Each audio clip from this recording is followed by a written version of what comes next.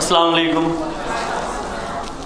Myself Mohammad Sarfraz Khan and I am the student of biology। Teacher तो नहीं कहूँगा मैं अपने आप को, क्योंकि टीचर्स तो ऐसे होते हैं या फिर ऐसे होते हैं, अच्छे भी हैं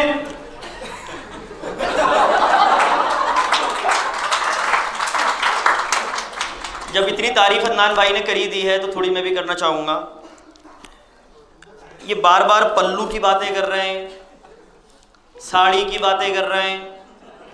अल्लाह के वास्ते अम्मी अब तो करा दो।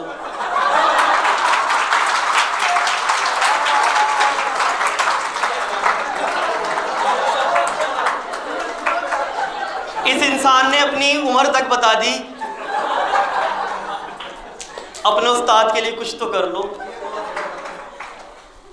बहरहाल हल्के में ले लिया था।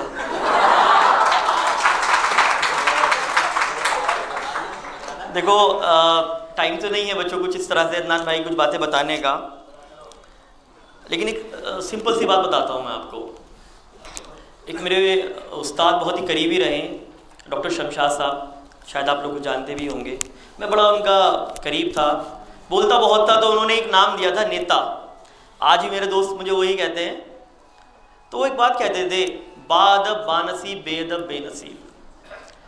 बाखुदा अल्लाह को हाजिर नाजिर मान के एक बात कह रहा हूँ कि जो भी इंसान किसी भी जगह पर पहुँचा है वो अपने उस्तादों की डांट, पिटाई और उल्टी सीधी बातें सुनकर पहुँचा। ये बात हमेशा ध्यान रखना। अक्सर बच्चे आजकल बड़ी जल्दी ना बुरा मान जाते हैं, वो नाराज़ हो जाते हैं उस उस्ताद से, मुझे ऐसा क्यों कह दिया, मेरी भी तो इज्जत है, मुझे क्यों खड़ा कर दिया पोडियम पर, ऐसे कैसे कह सकते हैं सर? सर को कोई राइट्स नहीं है। बच्चों अल्लाह आलम राइट्स हैं या नहीं है, लेकिन इतनी बात बहुत दिल से कहूँगा कि जो कुछ भी हो, जो कुछ भी यहाँ लोग बैठे हैं, चाहे मैम हैं या सर हैं या जो भी XYZ है, उसको अगर आप पीछे जाकर देखोगे तो वो अपने टीचर की डांट बहुत सुनी है।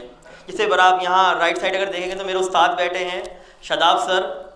When I was in 10th class, because I have completed my 12th class from MDS Inter College, तो 10th क्लास में शादाब सर ने मुझे पढ़ाया। और मेरा अजीज़ दोस्त मेरे बराबर में है जो आज माशाल्लाह एक बहुत अच्छा टीचर है। टीचर तो ऐसे ही होते हैं, मैं तो स्टूडेंट हूँ।